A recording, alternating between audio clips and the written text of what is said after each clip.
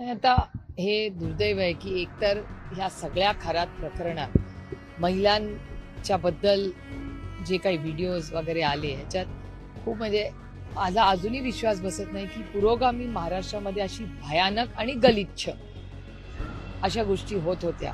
आणि त्याच्यात आता हा हवालाचा जो अँगल आलेला आहे किंवा एवढे पैशाचे गैरव्यवहार हे वर्तमानपत्रात आणि चॅनलमध्ये दिसते, धक्कादायक आहे. जे खूप मोठं रॅकेट आहे, जणू काय माफिया आहेत अशी म्हणायची वेळ आलेली आहे. म्हणजे एक भोंदू बाबा अजून काय काय उद्योग हा करत होता देवालाच ठाऊक.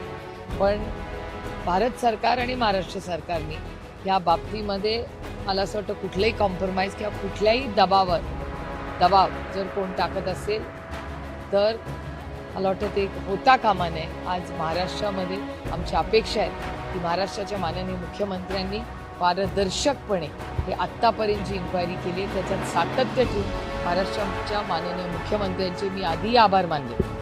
कारण का ह्या सगळ्या प्रक्रियेमध्ये आधी अनेक सत्तेतलेही लोक आलेले आहेत. पण ह्या भोंदू बाबाच्या विरोधात पोलीस यंत्रणा आणि होम मिनिस्ट्री जे करते ते स्वागतच केलं पाहिजे. त्याचं अच्छे को अच्छा बोलना चाहिए. जर सरकार जरी आम्ही विरोधात असले तर चांगलं काम करत असतील तर स्वागत केलंच पाहिजे.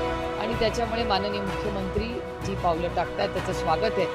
पण एवढीच इच्छा आणि विनंती आहे माननीय मुख्यमंत्र्याला की कुठल्याही दबावाला बळी पडू नका. तुमच्याकडून आमच्या खूप अपेक्षा आहेत आणि असल्या बाबतीत कुठलंही राजकारण न आणता महाराष्ट्राला काळीमा फासणाऱ्या ज्या गोष्टी झाल्या त्या कुठेतरी थांबल्या पाहिजे.